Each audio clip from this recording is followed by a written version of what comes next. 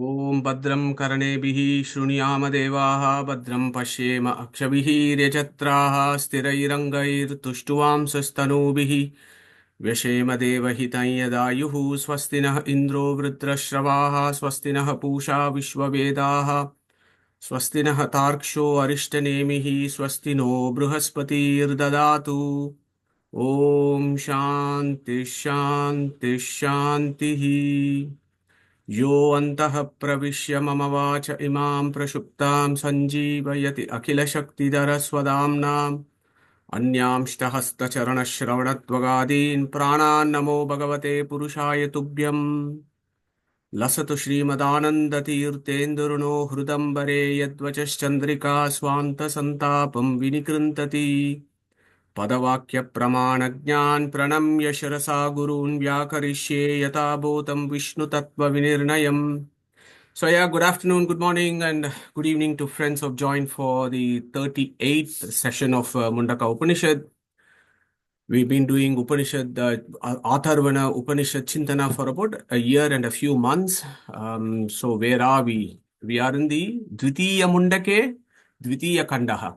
Avihi Sannihitam Guhacharam Nama Mahat Padam Atra Etat Samarpitam Yejat Pranat Nimishat Cha Yad Etajjanata Sadasadvarenyam Param Vijnanat Varishtam Prajananam Yadarchimat Yad Anubhyo Anuhu Cha Yasmin Lokaha Nihitaha Lokinashcha Tadetadaksharam Brahma Sapranaha Taduvang Manaha Tadedat Satyam Tadamrutam Tadvedavyam Somya Viddi Danurgruhitva Upanishadam Mahastram Sharam Hi Upasa Sandadita Ayamya Tadbhavagatena Chetasa Lakshyam Tadeva Aksharam Somya Viddi Pranavo Danuhu Sharohi Atma Brahmata Lakshamuchyate Apramattena Vedavyam Sharavat Tanmayo Bhavet Yasmin Dyau Prithivi Cha Antariksham Otam Manaha Saha Pranaishta Sarvaihi Tam Evaikam Janata Atmanam Anya Vacho Vimunchyata Amrutasya Esha Setuhu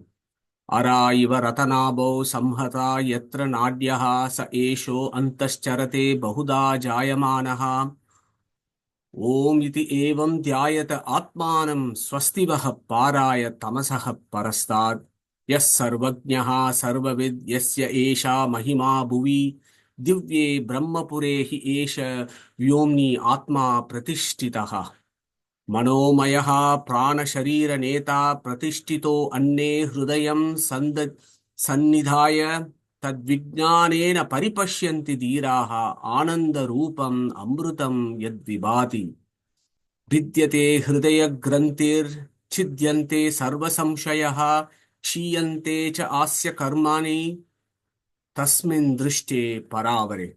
So this is where we left about a couple of weeks ago.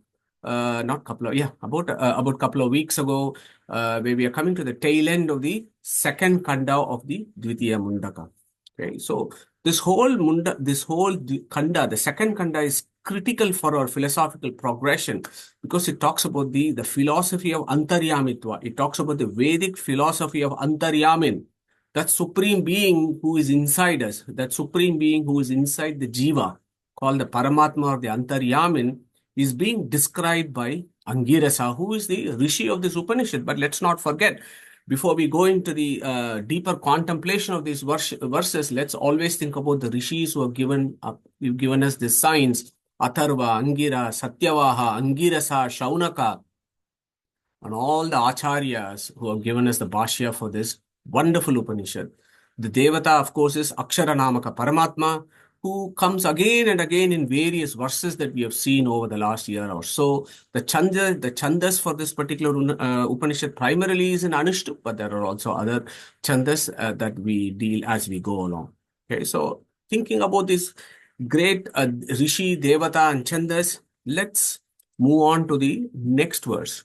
So the verse that we did last time, Manomayaha Prana Sharira Neta Pratishtito Anne Hrudayam Sannidhaya Tad Vijnanena Paripashyanti Dhiraha Ananda Rupam Amrutam Yadvibhati. So we did this verse, if you can recall, a couple of weeks ago.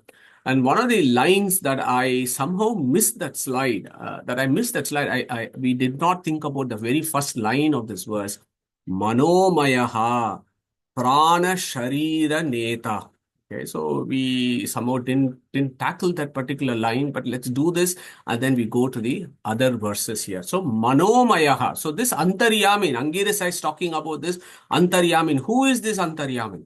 He says he is Manomayaha.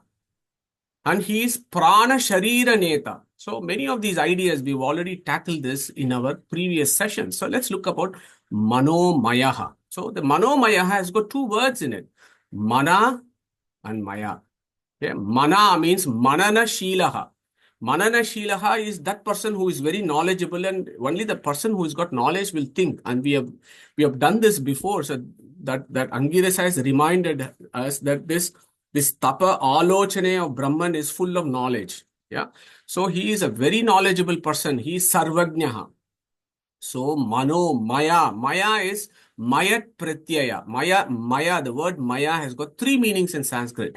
One is prachurya, tadatmya, or vikara. Prachurya means abundance. Tadatmya means swarupa. So jnana is his swarupa and he's got infinite knowledge. That is the meaning of manomayaha. Here, manomayaha. Okay. Then it says prana sharira neta. Okay, so we'll come to that particular verse, but always remember this is an important idea of the Upanishads. When it talks about this mayaha, mayat pratyaya, you should always remember these three. Is this the context about prachurya or abundance? Is it swarupa of this person that is being described, or is it a transformation? So we need to think about these three ideas or three etymological sense of mayat pratyaya and always need to bring that in context. So here it is prachurya tadatmya. So if you go to Taittiriya Upanishad, for example, in Brahmavalli, okay, tasmadva etasmad annara samayat anyo antara atma pranamayaha. Tasmadva etasmad pranamayat anyo antara atma manomayaha. Tasmadva etasmad manomayat anyo antara atma vijnanamayaha. Tasmadva etasmad vijnanamayat anyo antara atma anandamayaha. So in Taittiriya Upanishad, you get this mayaha, pranamayaha, manomayaha, vijnanamayaha, anandamayaha. Okay. So when you look at the deeper philosophy of this, these are all the names of Paramatma in his five forms. Vyuha, Narayana, Aniruddha, Pradyumna, Sankarshana, Vasudeva. Those are all the names of forms that is celebrated in Brahmavalli of Taittiriya Upanishad. Look at the Manomayaha. That Manonmayaha is the same Manomayaha who comes here. That is talking about this Antaryamin. Okay, so that is why it becomes very important to understand what is that Manonmayaha, and by Upalakshana, what are the other Mayahas that is being described. It is not the koshas in Taittiriya Upanishad. It talks about the name of the Paramatma himself, because he is pervading these koshas and he controls them and he gets their, I mean, he has those names. That is why these koshas get their name. Okay, so I just thought I'll introduce these ideas about the Parama Mukhya Vritti of the Vedas. The language of the Vedas primarily denote Brahman in the Parama Mukhya Vritti, that is in the highest etymological sense. So this Manonmayaha is this Antaratma. What is this Antaratma doing? Angirasa immediately says Prana Sharira Neta. Okay, so who is going to tell us what is Prana in this particular context? Of course, you have prana, apana, vyana, udana, samana, and all that pranas. Whereas the prana that Angirasa is talking about in this particular kanda is slightly different, isn't it? Sapta pranaha, prabhavanti tasmad, sapta archishaha, samidaha, sapta homaha, sapta ime lokaha, yeshu charanti prana, guhashaya, nihita, sapta. As he has discussed that in the second Mundaka, in the first kanda of this Mundaka. Yeah. The Kaundinya Shruti also tells us what is it. Dvadasha va eta pranaha. There are 12 pranas indicating these are all the sense organs, our indriyas. So prana in that equation means sense organs in this particular kanda. Okay, so remember that. So he says he is prana, prana's neta. Neta means what? Not the politicians. Neta means controller. Okay. So prana in Vedic Sanskrit, neta means that he who is a king, he who controls everything is the neta. Yeah. He is a prana neta. i.e., this Manonmayaha, who is inside me as my Antaryamin, is the controller of all my Indriyas. And he also says he's a controller of my Sharira. Prana, Sharira, Neta. So that is how it becomes interesting. So Sharira. So we know we have 5 koshas, right? You have, of course, the Jiva, and inside the Jiva is the Antaryamin. Then, of course, you have the various koshas. Annamaya kosha, Pranamaya kosha, Manonmaya kosha, Vijnanamaya kosha, and Anandamaya kosha. So these are all the koshas. Not to be confused with when I say Manomayaha, that is the name of the Antaryamin because he is Mananashilaha. Whereas here, when I say Manonmayaha, Manomaya kosha, that is the product of matter. Yeah. So Ap and Prithvi is Annamaya. Vayu, Tejas and Akasha becomes Pranamaya. Manas, Buddhi and Ahankara becomes Manomaya. Chitta becomes Vijnanamaya and Chetana becomes the Anandamaya. Okay. So he is a controller of all these koshas. How? As Aniruddha, Pradyumna, Sankarshana, Vasudeva, Narayana. This is how the Taittiriya Upanishad links up with this. So there cannot be confusions with this, but some people make it so, but that is their problem. Okay. So now, thinking about the Shariras, what are all the Shariras that he is a controller? Yeah.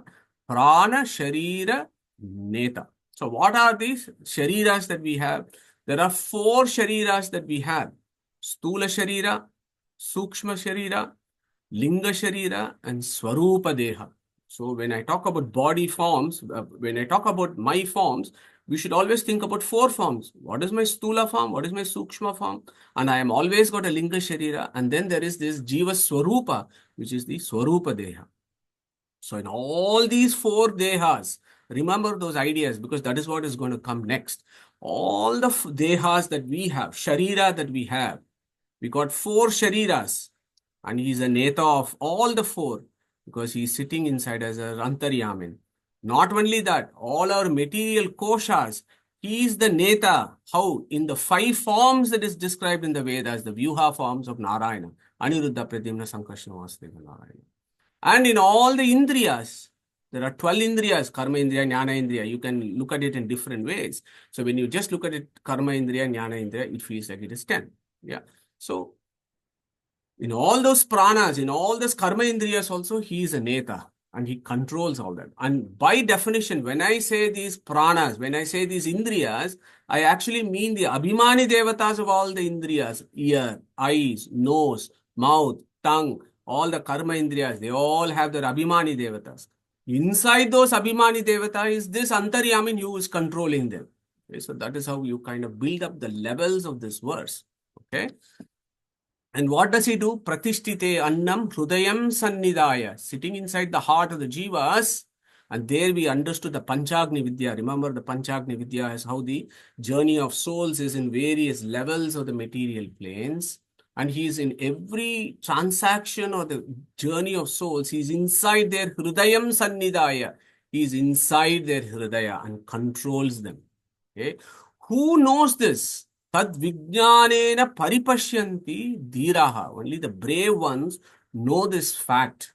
Okay. They know the fact as what? Ananda rupam abrutam yad vibhati. That he is Ananda Rupa. The brave ones know him as the Ananda Rupa. And we last time 2 weeks, so we understood what the Dhira actually means. Dhira means not just somebody who is brave. He is brave because the journey of the spiritual journey or the journey of self-realization and God realization is a pretty tricky one. Shurasya dara nishita duratyaya durgam pata tat kavayo vadanti, as we discussed in Katha Upanishad, that this is like walking on a razor's edge. You have to be really careful and brave to walk this path. Who does that? The Dhiras, the brave ones do this. Why do they do this? Because they rejoice only in knowledge. Dhi, knowledge. Ra, Ramante, they rejoice only in knowledge. And that is why they are brave. Ignorance may be bliss for somebody, but knowledge is strength for many. Yeah. If you are knowledgeable, you know about something, then you are brave and you are capable of doing stuff. Yeah. So that, let's not forget that dhiraha there becomes very important. So pratishtite annam hrudayam sannidaya. Tadvijnanena paripashyanti dhiraha. How do they paripashyanti? Paritaha pashyanti. How? Ananda rupam. Okay. Manomayaha, we have understood there that he is full of knowledge. Here, Ananda Rupam, he is full of bliss. So that is a primary definition of Brahman, isn't it? That he is somebody who is infinitely blissful and infinitely knowledgeable. That gets covered in this particular verse. Okay. So this is the next one is pretty interesting verse for us to think about, because last time we kind of ran through this verse, but I think we need to actually park here for a while and actually think about the deep philosophy that Angirasa is talking to us here. What did he say? Vidyate, that person who has seen him, yeah, Ananda Rupam Amrutam Yad Vibhati, he who has had that vision of Paramatma, what happens to him? Vidyate Hridaya Grantihi Chidyante Sarva Samshayaha Kshiyante Cha Asya Karmani Tasmin Drishte Paravare. So we understood that there are some benefits. Yeah. So the issue there is, what is the big deal about having self-realization and God realization? It needs to have a purpose, right? Otherwise, why do we have to do all this hard work? Angirasa says, guys, there is a benefit. If you go towards salvation, if you have your self-realization and you have God realization, there is a benefit for you. That is why our Shastra is always saying, please go towards God realization, God realization. Why? There are three benefits. What are the three benefits? Vidyate hridaya grantihi, chidyante sarva samshayaha, kshiyante chasya karmani. There are three benefits. That is why we go towards spiritual, path and want to have self-realization and God realization. If anybody thinks that they want to do spiritual realization because they will have a comfortable life or they'll be peaceful in themselves, I don't know what peace they are looking for, but the real peace that Shastras talk about is these three. That is what should be your aim, and that is what will happen. Spiritual journey is not for property gathering or material wealth or whatever. This is for getting rid of three things. That is the primary reason for God vision. Okay. So what is that God vision? Angirasa has clarified. Tasmin drishte paravare. Paravare, we saw last time, is the name of Paramatma or Vishnu, because he is the highest among the Vedic pantheon. Everything else is below him. So avara means below. Para means the highest. So that paravare is Vishnu. Yeah. So that is one view there. The other view is, when you have God realization, what you also have that realization is, there is this Paramatma and there is his Tattva Abhimani Devatas or Devata Parivaras, and you look at this whole situation in that equation. Okay, so that is also is an aparoksha jnana that you can get. Is the Paravare is primarily Vishnu. Okay. So before we go into what is this Vidyate Hridaya Grantihi, Chidyante Sarva Samshayaha, Kshiyante Chasya Karmani, our Gita captures this beautifully in chapter 4. So may I request one of us to recite all these verses, please. 37, 38, 39, 40, 41, and 42. So who wants to go for it? Maybe I can call upon Neeta ji or somebody who is here to take us through this 4 verses, please. 5 verses. यथैधांसि समिद्धोऽग्निः भस्मसात् कुरुतेऽर्जुन ज्ञानाग्निः सर्वकर्माणि भस्मसात् कुरुते तथा न हि ज्ञानेन सदृशं पवित्रमिह विद्यते तत्स्वयं योगसंसिद्धः कालेनात्मनि विन्दति श्रद्धावान् लभते ज्ञानं तत्परः संयतेन्द्रियः ज्ञानं लब्ध्वा परां शान्तिम् अचिरेणाधिगच्छति अज्ञश्च श्रद्धधानश्च संशयात्मा विनश्यति नायं लोकोऽस्ति न परः न सुखं संशयात्मनः योगसन्न्यस्तकर्माणं ज्ञानसञ्छिन्नसंशयम् आत्मवन्तं न कर्माणि निबध्नन्ति धनञ्जय तस्मादज्ञानसम्भूतं हृत्स्नं ज्ञानासिनात्मनः चित्वैनं संशयं योगम् आतिष्ठोत्तिष्ठ Bharat. Beautiful, Neetaji. Thank you so much for taking us through these 5 verses in chapter 4. And that is exactly what Angirasa is telling us here. I mean, what is really interesting here is some of the words are pretty much the same. Yeah. So here, Kshiyante cha asya karmani, jnana agni sarva karmani basmasat kurte. Okay. Next, Agnyascha, Ashradanascha, Samshaya Atma.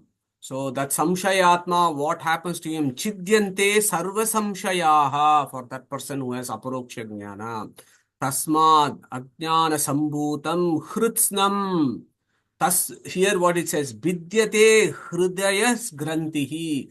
Hrutstam Hridayam, they are the same. Hrit means central portion of the heart, central portion of your body, where the jiva is. In that guha, in the thymus gland, and inside that guha is the Paramatma Antaryami. Inside the cave is the jiva. Inside the jiva is the Paramatma. So here, Vedavyasa, through Krishna's conversation with Arjuna, as documented by Vedavyasa, pretty much says the same thing. What are the benefits here? Yeah. First is, look at the words also here. So, Kshiyante. Kshiyante means complete destruction. Basmasat. Basmasat means destruction of what? Karmani. Sarva karmani. Okay. Whereas, for other two, this becomes interesting. Vidyate hridaya grantihi. So, what is hridaya grantihi? Hridaya grantihi is Ajnana Sambhutam, Ajnanam. So, Pancharatra Agama, for example, says, Hridaya Grantir Ajnanam, Ajnana Sambhutam Hritstam. So, our ignorance is there in ourselves, in our middle portion. That is, the jiva is surrounded by ignorance. Yeah. What happens to that? It loses the ignorance. Chidyante Sarva Samshayaha. So what is that Sarva Samshaya? Doubts and confusions. Chidyante is cut. Okay. So you lose your ignorance, you cut your doubts, but you destroy your karmas. Okay. So those words become very interesting because they do reveal some deeper levels of philosophy for us. So let's look into that in the next slide. But before we finish off with this slide, just remind ourselves from the Katha Upanishad. Ihached ashakat bodhum prak sharirasya visrasaha tataha sargeshu lokeshu sharirattvaya kalpate. Remember that one, how the journey of souls is. And this we should never forget. So, we, for example, let's say that we have had our Aparoksha Jnana and then we have shed our Linga Sharira and we go to Satya Loka and hang out with Chaturmukha Brahma. So we have to hang out and wait in Satyaloka until this Chaturmukha Brahma finishes 50 years of his existing. He has already done 50 and he is in the first day of his 51st year. He has to finish another, the 50 years of his life. Once he has finished 100, then there is the Mahapralaya. Okay. So, Mundaka Upanishad, it talks about it in the next Kanda. Te brahmalokeshu parantakale paramrutaha parimuchanti sarve. So you go, when that Mahapralaya has happened, we all go back into the womb of Brahman. Okay. And then what happens? The next creation happens, right? And when the next creation happens is when our real destination is sorted out. If we have only looked at, if we have only been bothered about what we are going to do in samsara, wealth creation, whatever, then when the sarga happens, when the next creation happens, we are going to come back in samsara. Whereas the Sattvikas who have been in satsangs and done their own journeys and so on, and they have been with Satya Loka, they will go to they will really go to the transempirical plane after shedding their Linga Sharira in Virajanadi. Vidyate Hridaya Grantihi. That Hridaya Granthi there is also called Linga Sharira. Ignorance and Linga Sharira. It is because of our ignorance we have Linga Sharira. But we have always had Linga Sharira. There was never a point in the career of souls that they did not have Linga Sharira, i.e. they also had the ignorance. Okay.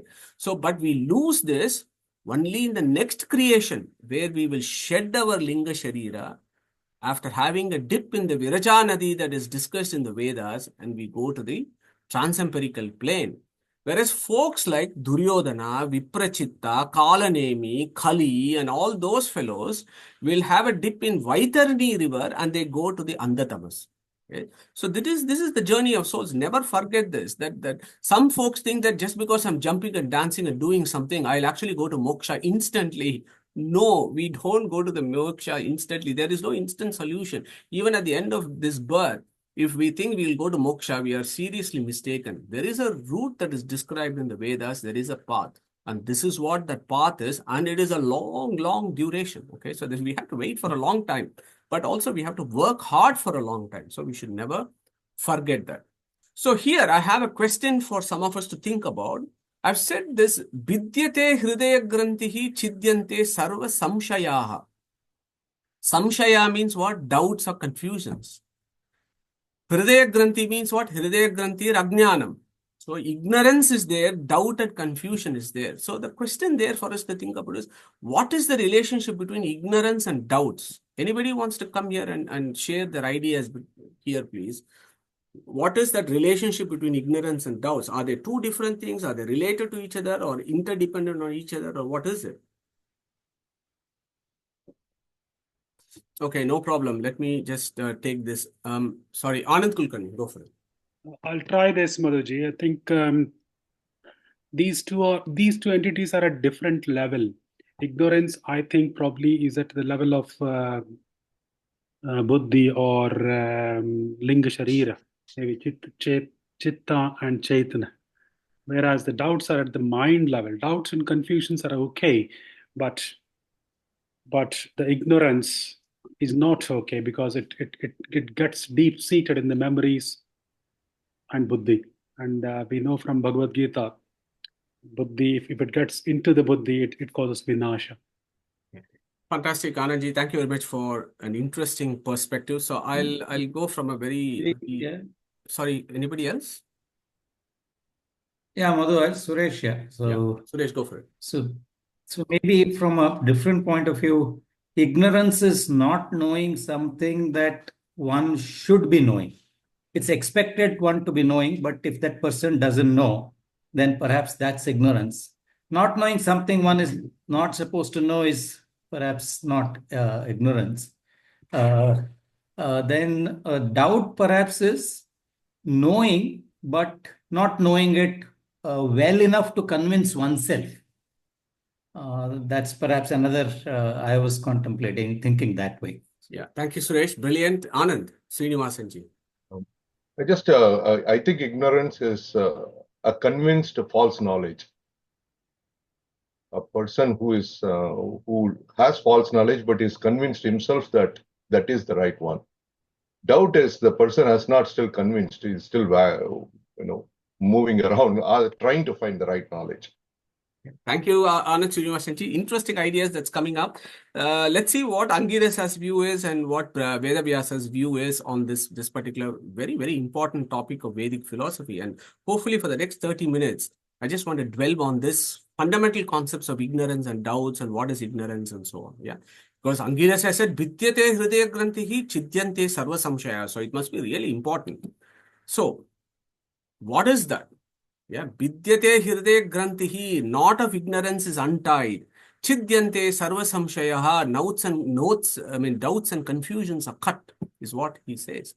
So let us, if for example, Suresh ji is going in Peak District for a long walk and he is walking in the Peak District and say 1 mile from now, he sees a pillar, something like a pillar, but he is not sure whether it is a pillar or it is actually a man in the Peak District when he is going for a walk, whether it is a man or is it a pillar. Okay? He knows that there is something. Okay? He has a knowledge that there is something that is vertical and that is standing, it is not moving. But what he does not know is whether it is actually a stone pillar or actually a man who is also walking very similar to Sureshji. So that is where the idea is. When a person sees a pillar at a distance, he doubts for want of sufficient light and distance whether it is a man or a pillar. Why? He has knowledge of common features, but ignorance of particularities. Okay, so the specific knowledge of what that entity is. So the ignorance of particularities is the cause of every doubt. That is everywhere, not just in Shastra, but everything in the universe, everything in your common daily experience. You may have some general knowledge, but you may not have a specific knowledge. It is that lack of specific knowledge that creates the doubt. Okay. Whereas ignorance, so Srinivasanji had a very interesting view on ignorance. Anandji said ignorance is in the innermost kosha of the jivas. So all fantastic ideas. So we need to think about this problem. So Angirasa said that this ignorance is untied, and these doubts are gone. So the first thing we need to know is, what is this ignorance? Does it actually exist? What is its ontological position in Vedic philosophy? Only if there is something that exists, then there is the question of removing it or untying it. Okay? So if something is imaginary and does not actually exist, where is the need for Angirasa to say, knot of ignorance is untied, doubts and confusions are cut? Yes, so this becomes a problem. What I'm trying to get here is, what is the Angirasa's mindset here when he intuits these verses? What is the philosophy of Atharvana Upanishad, which is part of the Atharva Veda? So ignorance, as we know, is quite an interesting concept in Vedic philosophy. Many of us will be aware that ignorance is called ajnana. It is also called avidya. Some folks like to call it maya. Some call it tamas. So, for example, in Srimad Bhagavatam, remember these 9 stages of creation. In the 6th stage, what happens? Vaikariko devasargaha panchamo yenmayam manaha shashtastu tamasaha sargaha. The 6th stage of creation that we have done maybe 3 or 4 years ago. Go back to those slides where tamas is created at that point. Tamasaha, ignorance. Okay. Bhagavatam talks about this very clearly. Ignorance is something that is created. Okay. So it comes from tamas. Hold on to that idea. Okay. Let us look at the word Maya. This is the most abused word in Vedic philosophy. Definitely from certain schools. Okay. Some folks think Maya means ignorance. Yes, Maya means ignorance, but Maya also has got so many other meanings. We really need to look at it in context. Maya means God's mahima, God's icha. Maya also means prakriti. Maya also means the abhimani devata of prakriti called Chetana Prakriti. Maya can mean ignorance. Maya can mean illusion. So illusion and ignorance is not the only meaning of Maya. There are 4 other meanings of Maya, and 2 of them may mean this ignorance which comes from tamas. Okay. So hang on to that idea again. So when we think about ignorance, we need to ask ourselves so many questions. What is it? Where is it? Who has it? When did it come? Why is it there? How to get rid of it? So there are all these so many questions about ignorance that is discussed in our Vedic philosophy. Okay? And of course, there is a whole study called agnotology. Is anybody wants to tell me what is agnotology? What is the science of agnotology in neurobiology? Think about that word. Split it open, you will get the answer there. Agnotology, agna, ajnana. Again, so these Western coinage of terms actually comes from Sanskrit. It comes from Vedic philosophy. We need to appreciate that. How many of these words are basically stolen from Vedic Sanskrit, Vedic philosophy. Ajnana is agna, agnotology. Study of ignorance is called agnotology in Western philosophy. Okay. Whereas of course, our Vedic rishis have coined the term ajnana, avidya, maya, tamas. And they want to ask us, where does it come from? Okay. To understand vidyate hridaya grantihi, vidyate ajnanam, we need to understand what is this ajnana. Okay. So what I thought is, we have done this several years ago, and I just thought I'll bring it back again and remind ourselves. And Anand Srinivasanji was mentioning about ignorance, what is it? And Anand Kulkarni also had a very interesting view on this. But let us look at the neurobiology perspective, which is, of course, it goes along with what our rishis have been thinking about ajnana all along. There are 2 things, okay? There is something called ignorance, and there is something called forgetting. Forgetting and ignorance are 2 different things. Okay? Forgetting is, we may have experienced something before, but now we have forgotten. We are not able to recollect that experience that got embedded in our deep memory. The Vijnanamaya Kosha and Anandamaya Kosha, where it is imprinted, it may not come to our consciousness. So that is forgetting, right? Whereas there is another thing called ignorance. That is entirely different. Yeah? Think about this problem, which is really, really fascinating from a neurobiological perspective, because neurobiologists know that ignorance is a neurobiological phenomenon. Forgetting is also a neurobiological phenomenon.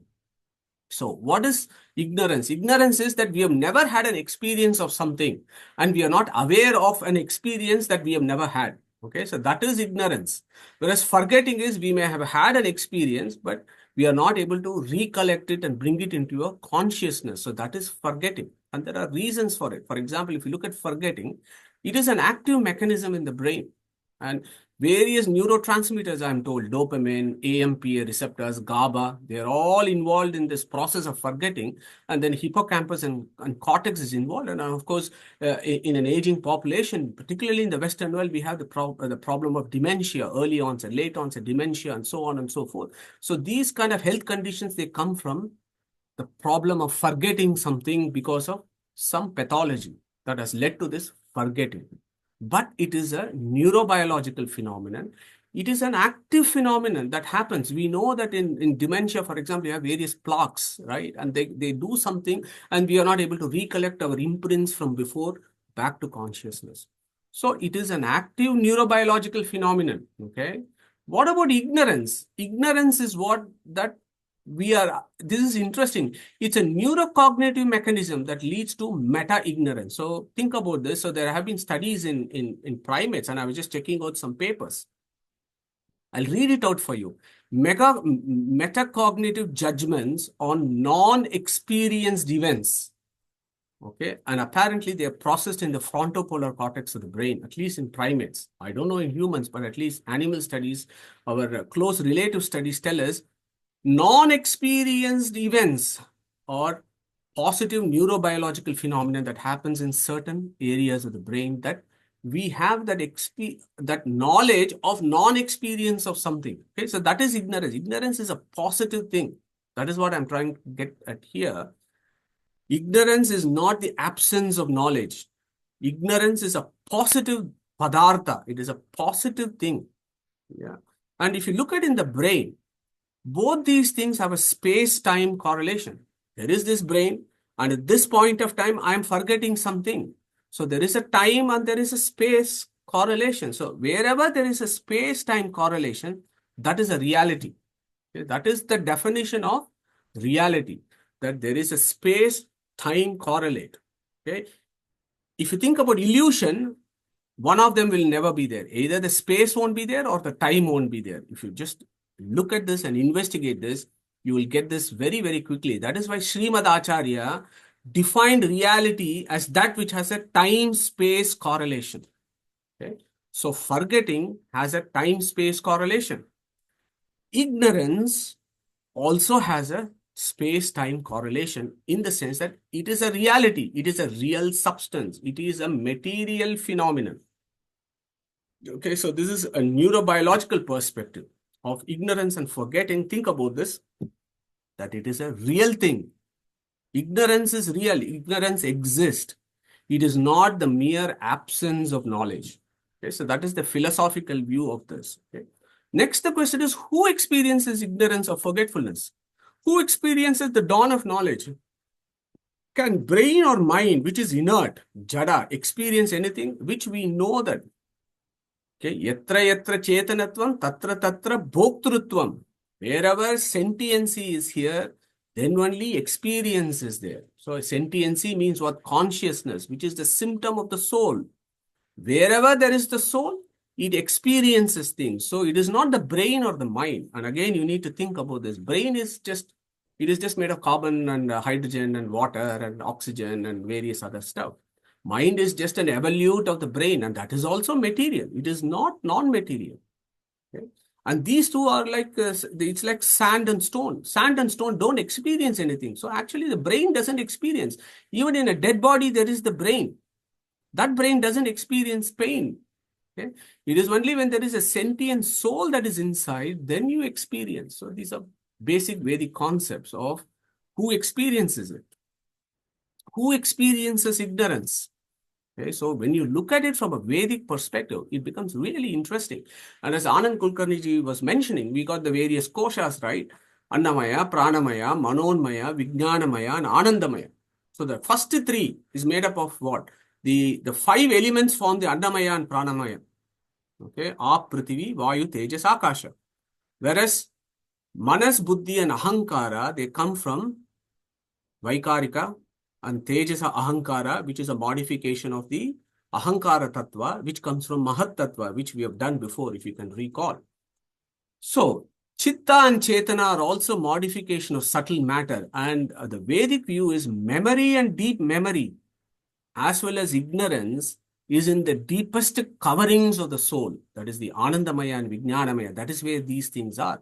So, if you think about our Shariras, Linga Sharira is where the cosmic ignorance is.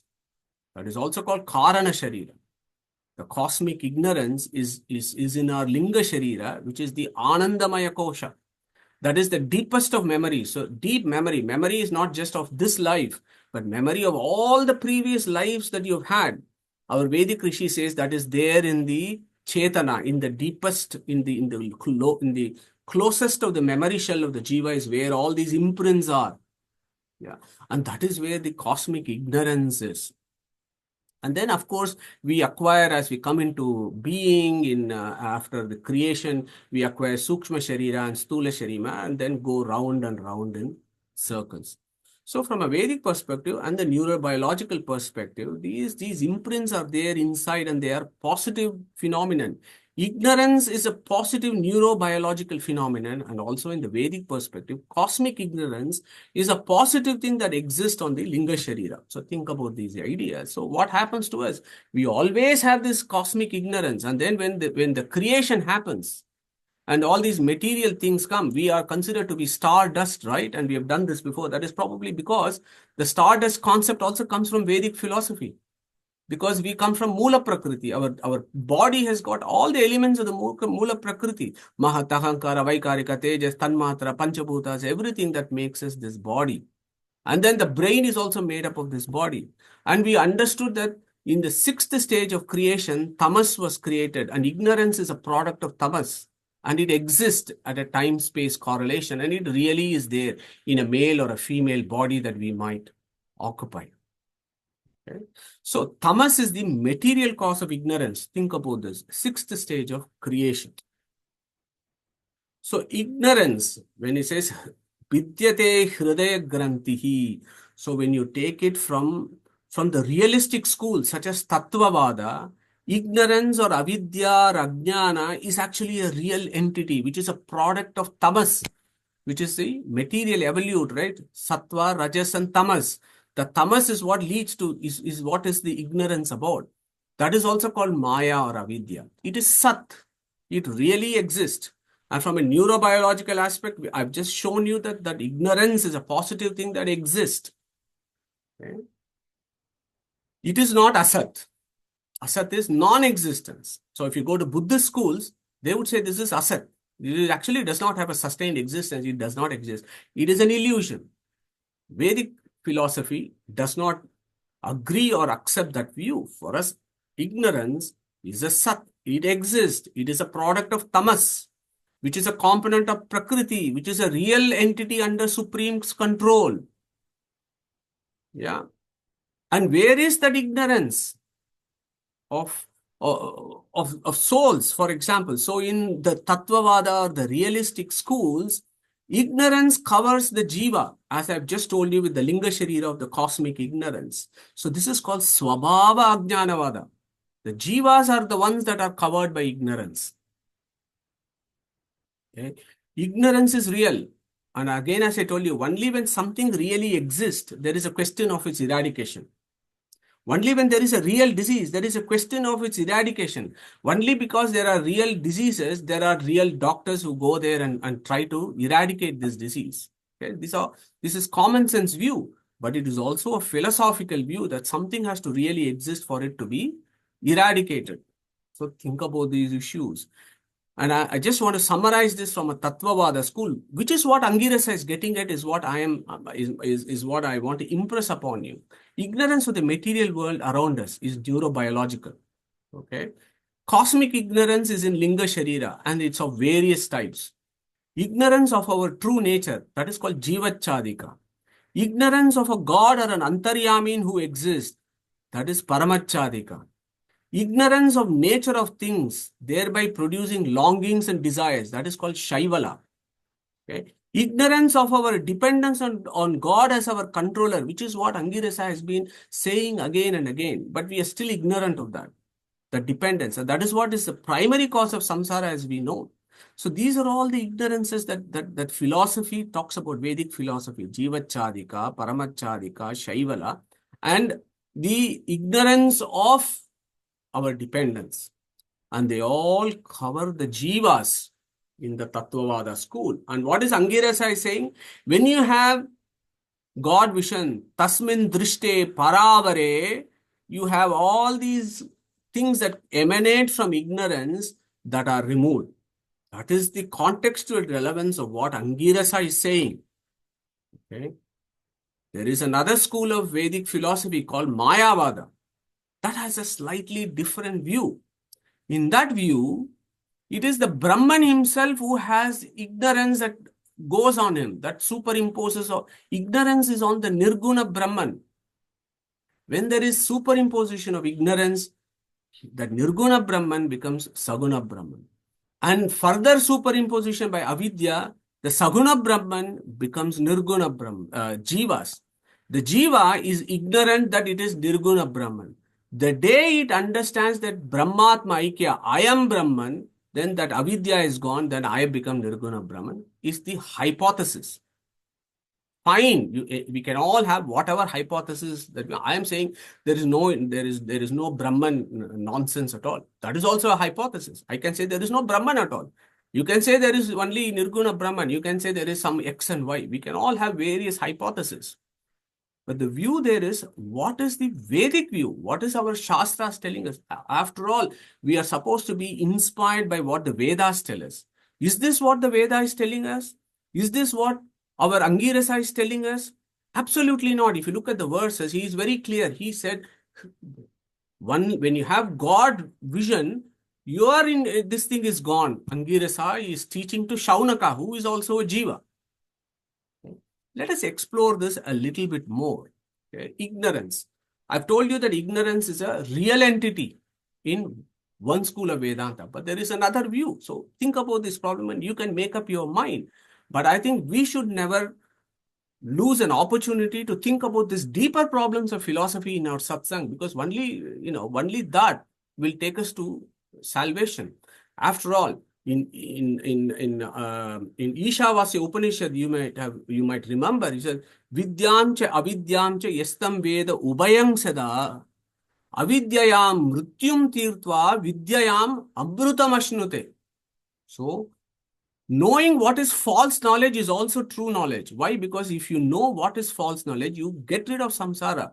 But having the true knowledge of the true knowledge, it will take you to liberation. So we need to both, when we do philosophical journey, we need to know both these aspects. We need to know what is a Siddhanta. We need to know what is a Purva Praksha. And we know this, then we can make a decision as to what is the right path for us to take. So if you look at the concept of ignorance and Mayavada, okay, monism as it's popularly called, there are so many names for it. Upadhi, Maya, Avidya.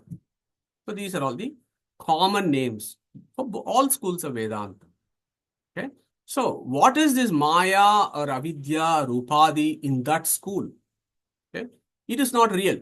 So in Tattvavada, we have said anything that has space-time correlation is real. It really exists. It may be a dependent real. It may not be an eternal real. It may be a non-eternal real, but it is real nevertheless. Okay. It exists. Okay. From a Mayavada school, they have a very interesting idea about what is this ignorance. Okay. As I said, it's called Upadhi, Maya, and Avidya. Their definition of what this is really interesting. Sadasat Vilakshanatvam. Okay. So I'm going to break for a minute and just want one of us to contribute what is their understanding of what is this Sadasat Vilakshanatvam actually means. So who wants to go and give us their ideas, please? Okay, no problem. So what is Sadasat Vilakshanatvam? So we need to understand ignorance in Tattvavada is Sat, it's real. Whereas ignorance in Mayavada is Sadasat Vilakshanatvam. So we need to understand what that Sadasat Vilakshanatvam, then you will understand what is the problem with that fundamental concept itself. Okay. So what is Sad Asad Vilakshanatvam? It is not Sat, it is not Asat, it is not Sadasat, but it is something that is different from Sadasat. Okay, so that is what Sadasat Vilakshanam is, which is coined by Mayavada philosophers as Mithya. Okay. Sat means it does not, Sat is real. Asat means non-existent. Okay. Sadasat means having existence and non-existence. So these mutually contradicting ideas cannot exist simultaneously. Okay, so that is fine. But what the Mayavada philosopher is saying is, it is not Sat, it is not Asat, it is not Sadasat, it is something that is different from both. So you need to, instead of, one of the things that I've seen is when these kind of complicated words are being used, people get distracted and say, oh, wow, this is a fascinating idea. No, you just need to break it up and then you know what is the fallacy of that argument. So Sat means existence. So our Mayavada philosophers themselves have said, Sat Chet Na Bhadyeta.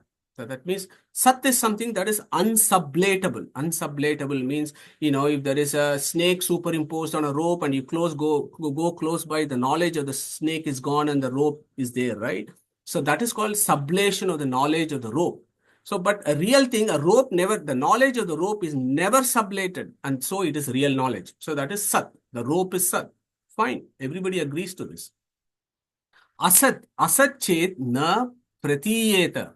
This is interesting.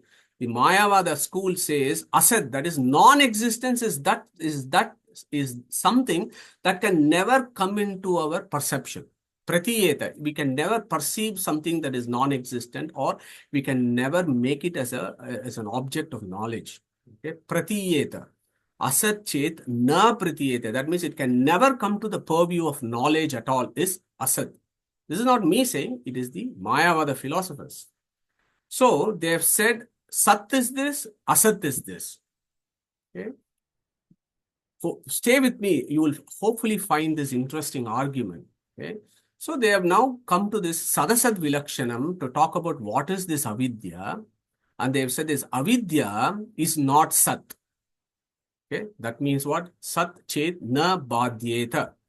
Whereas this world will be, this is just a superimposition, and at some point it will go away. Therefore, it is not Sat. Okay. It is also not Asat. This is the problem where they got caught a few hundred years ago, and there has not been an answer still. And they have defined this Maya or Avidya as not Asat. Okay. So this was the argument. The reason why I wanted to also bring it in is understanding and studying the history of the Vedic philosophy and the polemics becomes very important. So there was a guy called Shobana Bhatta. He was a great Mayavada philosopher in the banks of the river Godavari. So when Acharya was was doing his tour near the Godavari river, Shobana Bhatta, the greatest of the Mayavada philosophers of his time, had an argument. There was a philosophical debate on this point about what is the ontological position of ignorance. So our Shobana Bhatta said, it is not Sat, it is not Asat. Okay. And the same Shobana Bhatta also said this Asat means Asat chet na pratiyeta. Asat is something that can never come into purview of knowledge, is what he said. So at that point, our Acharya asked him a very simple question, documented in Anuvyakhyana. Asad vilakshana jnaptaihi jnatavyam asadevahi. Okay, this is a master stroke of Acharya. Basically, what he asked him was, if Asad can never come into the purview of knowledge, how do you know that Maya is different from Asad?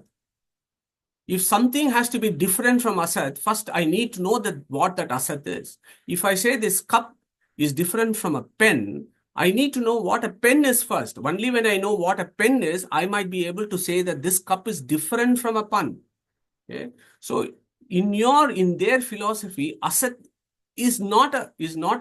it doesn't come into the purview of knowledge. So when something doesn't come into the purview of knowledge, how can you define Maya as something that is different from asat? Okay. So again, what I'm trying to say is think about these deeper ideas and discussions that happens, because Shobana Bhatta did not have an answer for that. And our Mayavada philosophers still do not have an answer. If they say Asat does not come into the purview of knowledge, how do they know that this Avidya is different from Asat? No answer. Shobana Bhatta did not have an answer for it.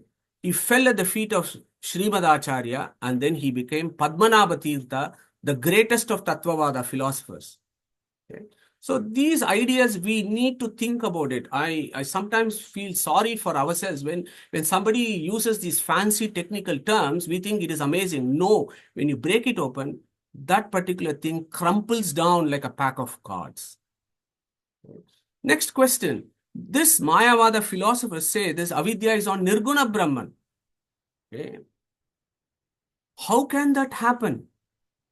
Ajnata akila samvetuhu gatate nakutashchana. This Brahman is sarvajnaha. Mundaka Upanishad, Atharva Veda, Angirasa has intuited this.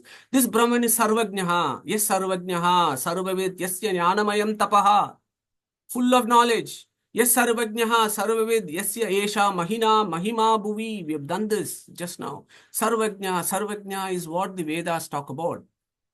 Yet you say that the Sarvajna is going to have a superimposition of ignorance on him, is the question. Because their view is Brahma Ajnanavada. This ignorance, Vidyate Hridaya Grantihi. Never forget that Vidyate Hridaya Grantihi is on whom is the question. Angirasa's view is very clear. It's on Jiva. Whereas monastic philosophy starts with Brahma Ajnanavada. It is the Brahman who has the ignorance primarily. Yeah. So think about these ideas. Think about the sadasad vilakshanatvam of ignorance. It is also called anirvachaniya. Anirvachaniya siddhyar aprasiddha visheshanaha. Satraividyam chamanena siddhyate kedeti pruchyate anuvyakhyana. These are all great, these are great strokes of wisdom from Acharya. There is no evidence in the Vedas that there is a third level of reality. The common experience of all of humankind and everybody and in the Vedas is there are only two concepts. One is real and the other one is unreal. Sat and Asat. There are only two things in the universe. There is a new coined system by the Mayavada philosophers that has no evidence in the Veda, and that is called Sadasad Vilakshanatva. Okay? So we don't think about this, but I think we should. And then we are able to do that manana and then understand what is Vidya and what is Avidya from that perspective. Where is the evidence there are two types of Brahman in Vedas? Nirguna Brahman, Saguna Brahman. Where is the evidence? If anybody can give me two verses from the Veda that there is something called Nirguna Brahman who gets Avidya over him and then it becomes Saguna Brahman, then we can all accept.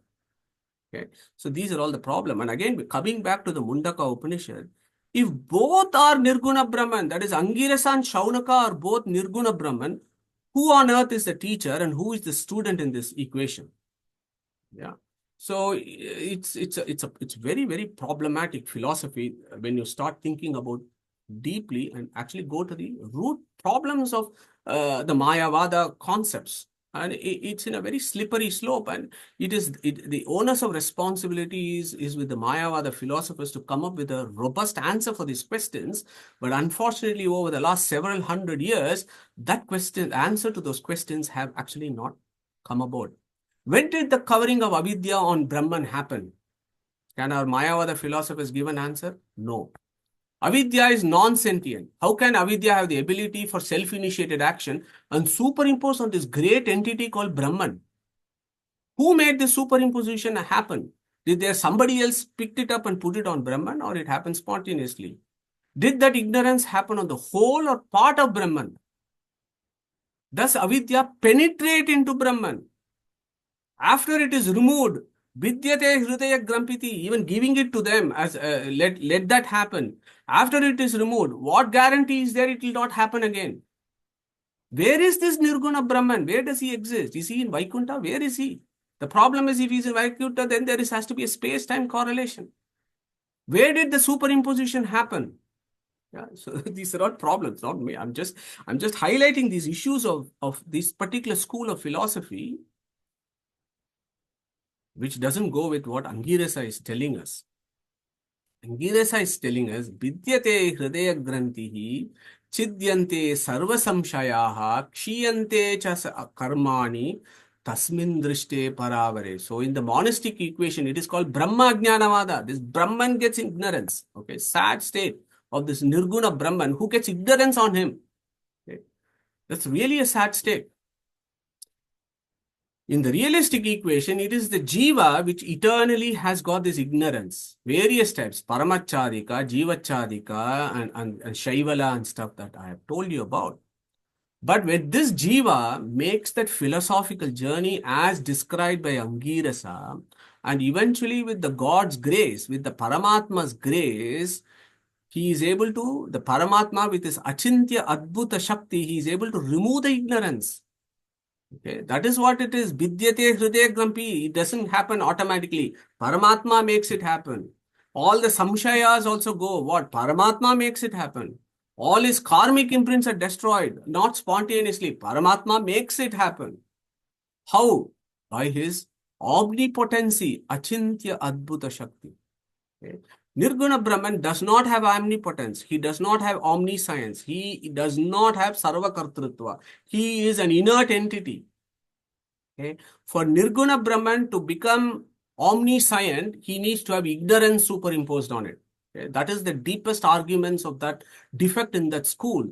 How can you say that Brahman has to have ignorance to become omniscient? Okay, it's a crazy idea, but some schools have that view, but it is for us to think about this, whether it makes logical sense. And that is what we need to ask.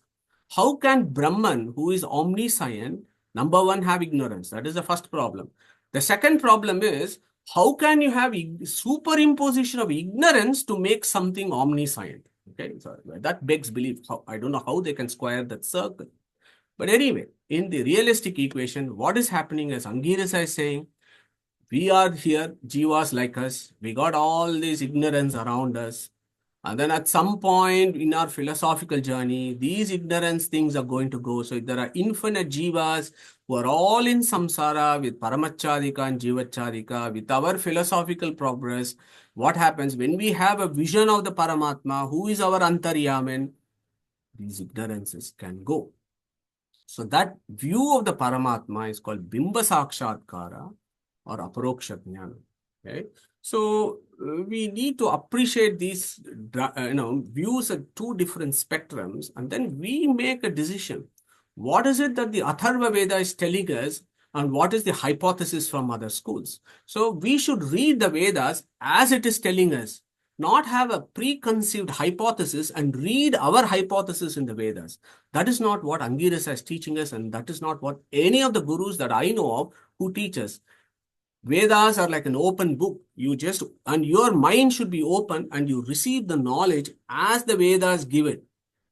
Okay? Not the other way around, having a preconceived hypothesis or an idea and then try and fit the language of the Vedas for your hypothesis. Okay? That is what one school does. Whereas the Tattvavada reads it as it is available to us in the Vedas. And I just want to close with this. This is an important concept. Is Antaryamitva, the concept of Antaryamin. Yeah. Is it feasible in Mayavada? Let's think about this. Brahman is non-material. It is self-luminous. How can ignorance penetrate its inner core and lead to Brahman's ignorance of its existence and its non-difference from Jiva, which has still not come into existence? Yes, these are all important points that Vyasatirtha brings about in his works of Nyayamrita, Tarkatandava, and Tatparya Chandrika, and so on. Think about these beautiful ideas. And ignorance is external to Brahman. Let us not forget this. Ignorance does not penetrate Brahman. Okay? Ignorance does not penetrate Brahman, even in Mayavada school. It is only a superimposition. It covers Brahman. Ignorance is external to Brahman. Ignorance cannot penetrate because Brahman is self-luminous and absolute consciousness. Brahman is akhanda, partless. So where does Ajnana cover or penetrate? Brahman should always know that it is Brahman. There should be no ignorance that it is Jiva, because the avidya is only external. I may be in a house where there is no electricity. I may have locked my door. It is very dark. I might have covered my head with a blanket, and I might have covered my eyes. I might have done all this, but still I know I exist because all these coverings are external, but I know I am the Jiva, I exist. Such is Brahman. Yeah. Ignorance is external, and for a self-luminous entity, it can never ever know that it is not Brahman. Okay. But yet, apparently, Brahman forgets it's Brahman and then goes through samsara. And when it realizes I am Brahman, where at least that is the view, when that Brahmatma Aikya is understood by the Jiva, which is still not come into existence. This is the problem. It is still not come into existence in this equation. There is avidya, there is Brahman. Jiva has not yet come here. So who has the avidya here? Brahman can never have avidya. Okay? Where did avidya come from? This is a bigger question. Where did it come from? For realistic soul, it comes from tamas, which is the evolute of matter. Matter is real for us. Where did this avidya come from? No answer. When did it cover Brahman? No answer. Did it cover part of Brahman or all of it? Cannot be answered. When it is removed, what guarantee is there it will not cover again? No answer. Avidya is a jada, non-sentient. It cannot have an independent ability to self-initiated action. How can avidya cover Brahman on its own accord? How can avidya generate a diverse, well-orchestrated universe as Brahman is not a creator in monism? That is another important problem. Vivarta. Brahman is not something who like a potter goes and creates. No, it is a superimposition. He is not a creator at all. Folks don't think about this problem, but I think in the satsanga, having done this for 4-5 years, we are kind of right to ask these kind of deeper questions and find an answer to all this. The question of Jiva arises only after superimposition of ignorance on Brahman. Okay, so the issue here is this particular approach of Brahmajnanavada reduces Brahman to a position of helpless submission to its own ignorance. That is a sorry state of affairs. Whereas our Brahman is Gunapurna, he is Doshadura, he is an abode of infinite auspicious attributes, he is omnipotent, he is so graceful. Nirguna Brahman is none of these.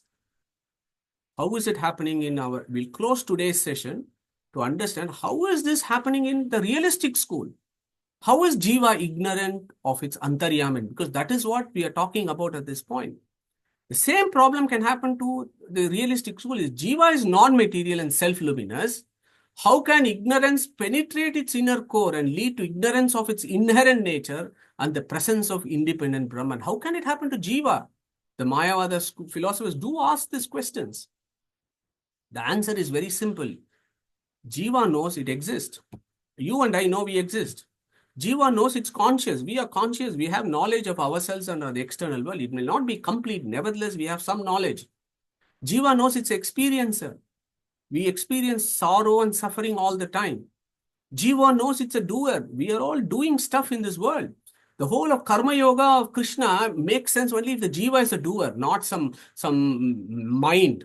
As some people think. Mind is jada. It is not a doer. Yeah. Jiva's ignorance is that it thinks it is an independent doer and an experiencer. That causes attachment to the material world through this cosmic ignorance. It does not know the supreme Antaryaman. It does not know its independence, does not know its full nature, does not experience bliss or Swarupananda. Why does it happen? From the Tattvavada, it's very easy. It is because the Achintya Adbhuta Shakti of Paramatma who makes it so for the Jivas. He has just given them, this is how the samsara should happen. This is how the journey of souls should be. This universe of samsara is an examination. Everybody needs to sit this examination and based on their own capacity, they need to come out and pass this examination. And how does Paramatma does? He is very equipped. Now, unlike the avidya of the Mayavada, our Paramatma has Achintya Adbhuta Shakti and he can do anything. he gives that ignorance to the jivas. He uses the tamas or avidya, linga sharira, and gives that ignorance to the jivas, and then makes them go through samsara. So the view is, if we start making our inner journey and understand who this Antaryamin is and eventually see him, that is what Paramatma is given in the Vedas for us. That is the solution. That is your route to come to get rid of ignorance, is what Tasmin Drishte Paravare. How do you do the Tasmin Drishte Paravare? Is all Shravana, Manana, Dhyana, and everything that we have discussed so far. And when you have this Tasmin Drishte Paravare, what happens? Vidyate Hridaya Grantihi, Chidyante Sarva Samshayaha, Shiyante Chasya Karmani. Then you get your self-realization and you come towards me. So that is how Angirasa's argument is moving at this point, and then finish off finally, Kshiyante Chasya Karmani. Karma can be destroyed only if it actually exists. Okay? Karma is a padartha. Okay? Prameyatvam padarthasya lakshanatvam. An entity having characteristic of being perceived in true knowledge is a padartha, and we perceive karma as an entity. It is a padartha. It is real. Srimad Bhagavatam, Dravyam, Karmascha, Kalascha, Swabhavo, Jivayevacha, Yada Anugrahataha Santi, Nasanti Yadupekshaya. Veda Vyasa and Srimad Bhagavatam has said, karma is under the control of Paramatma. All the dravyas are under the control. Kala is under the control. Swabhava, all the eternals. The first line talks about all the eternals that are under the control of Paramatma. Okay, so the karma is also real. Okay, and this karma is destroyed. So ignorance is untied, removed, and the karma is destroyed. And that happens when we have Tasmin Drishte Paravare. Okay, so what we will do in the next class is, and then Angirasa again says, reminds again, who is this Antaryami? And it's got beautiful verse there. Hiranmaye pare koshe virajam brahma nishkalam tat shubram jyotisham jyotihi. Yeah. Tad yad atma vido viduhu. That Atma Vida becomes important in that discussion. So next week we will take up this whole idea of Hiranmaya, and that is another deeper levels of philosophy that Angirasa wants us to contemplate and think about. Okay. So on that note, of course, bucket loads of slides coming up in subsequent satsangs. I'll close today's session. I hope you found it helpful to think about these ideas of ignorance, because that is what gets destroyed or removed. And we need to know what this ignorance is, and how various schools of Vedantas have different views on this. My role today has been to give you views from both sides. You can make up your own mind. I am quite clear which direction that I am going, but you make up your own mind. So on that note, Krishna Pranamastu, and we'll catch up next week. Hare Krishna. Any questions? We can take it up now. Madhu, Suresh. Yeah. So just, I was just, wondering, are we actually talking about two levels or two different types of ignorance here? In the sense that there is what we just heard, what we just learned, that this is actually ignorance is an alute of tamas, neurobiological phenomena which gets embedded onto the linga sharira. It's a positive phenomena. So that's one which is pretty clear.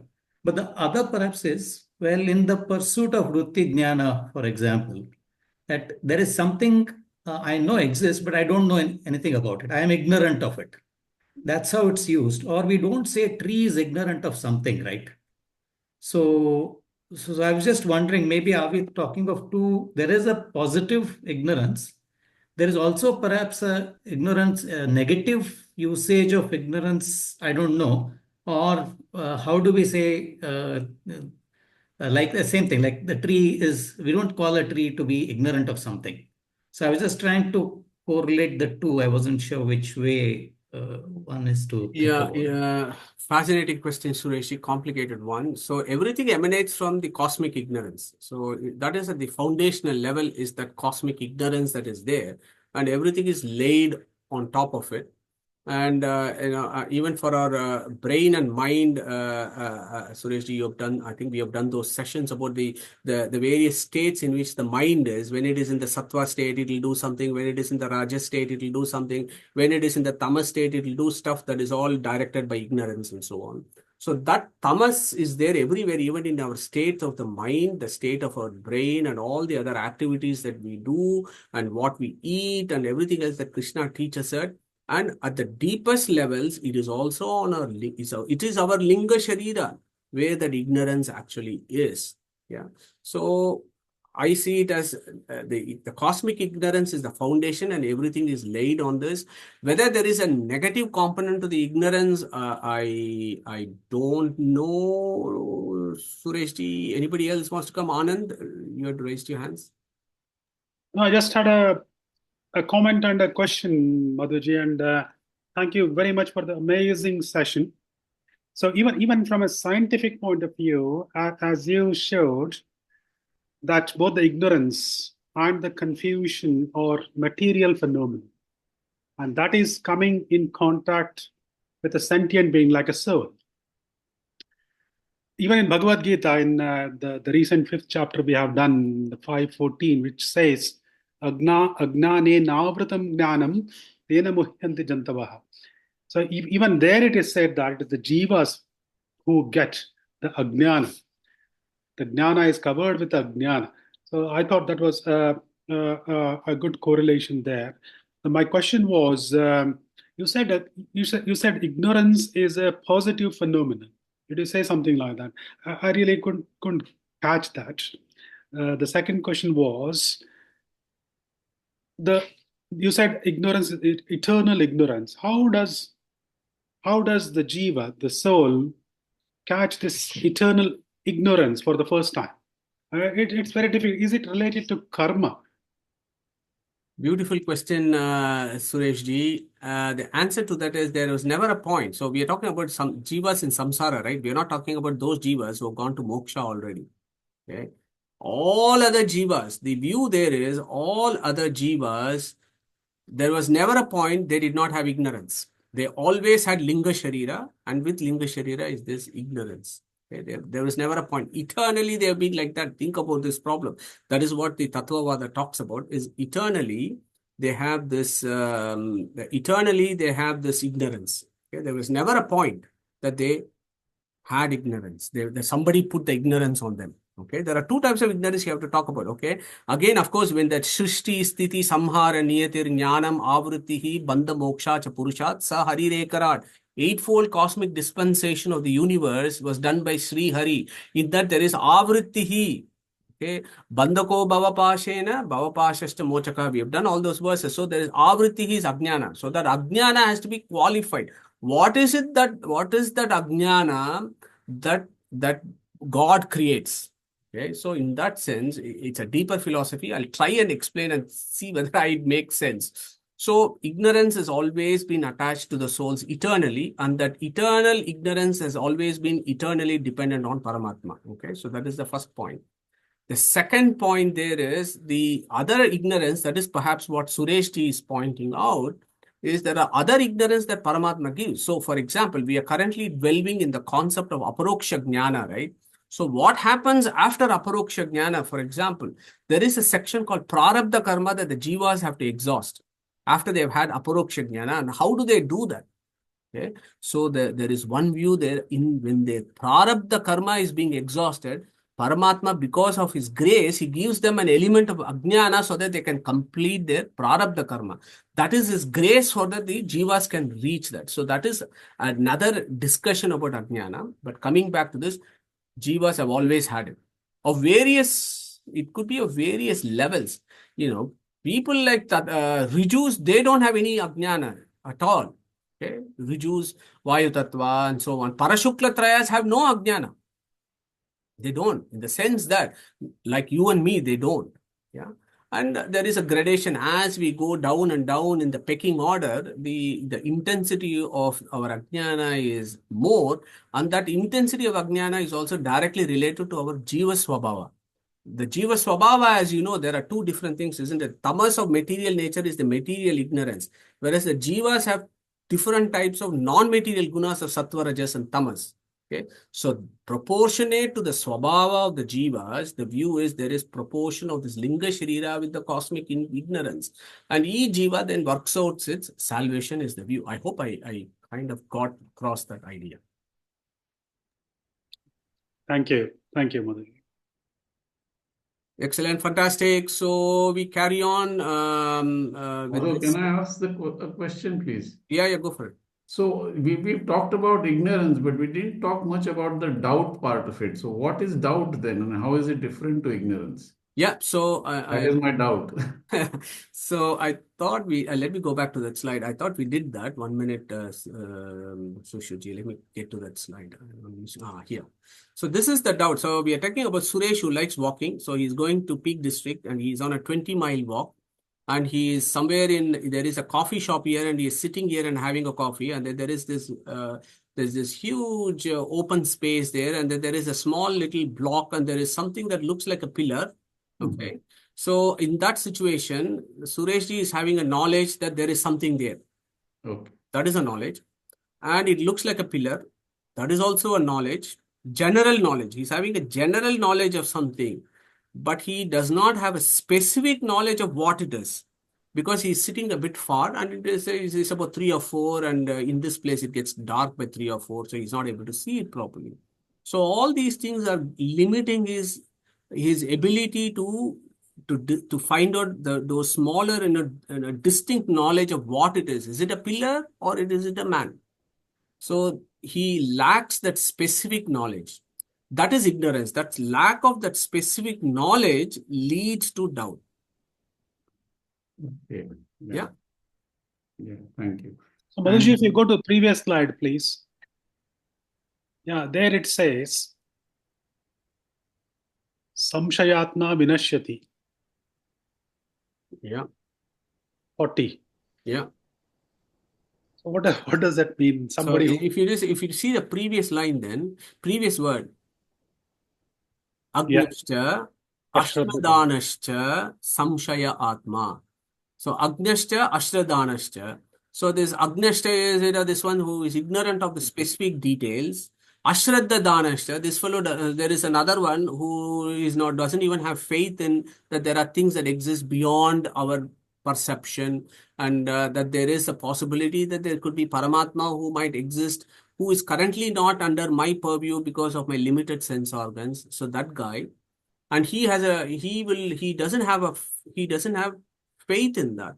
He doesn't have faith that there are entities that is there, and that he is Ajna is there are two things that are talked about. Both these types of souls, the one that has Ajnana, the one that doesn't have that has Ashraddha, doesn't have faith. The one that does not have faith could be an atheist, for example. It could be an atheist who does not have faith that there is God who exists.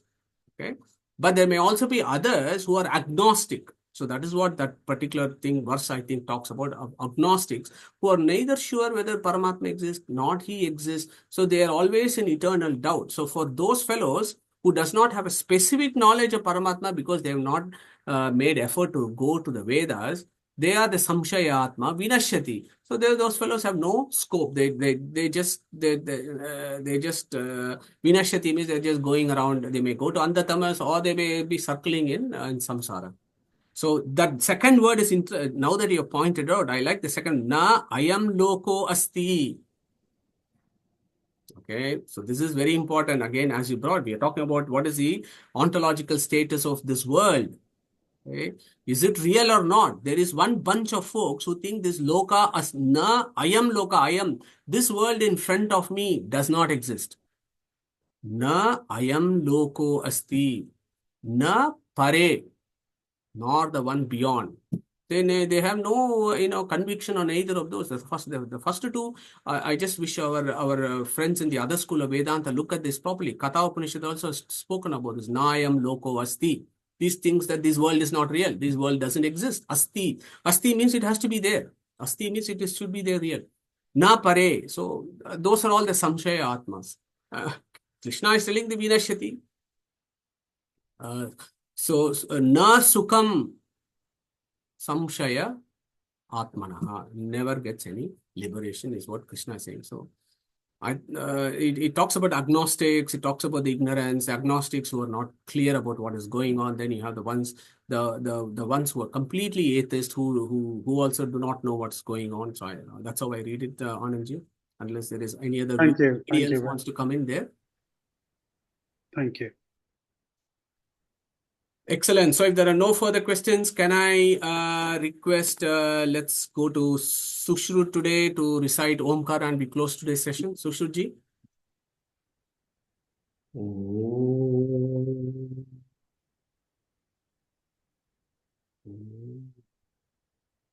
Excellent. Thank you very much, everyone. Thanks for joining. I mean, sorry, it went a bit longer. So next week we'll try and capture all these ideas again on time and close on time. Hare Krishna. Take care, everyone. Hare Krishna. Hare Nama.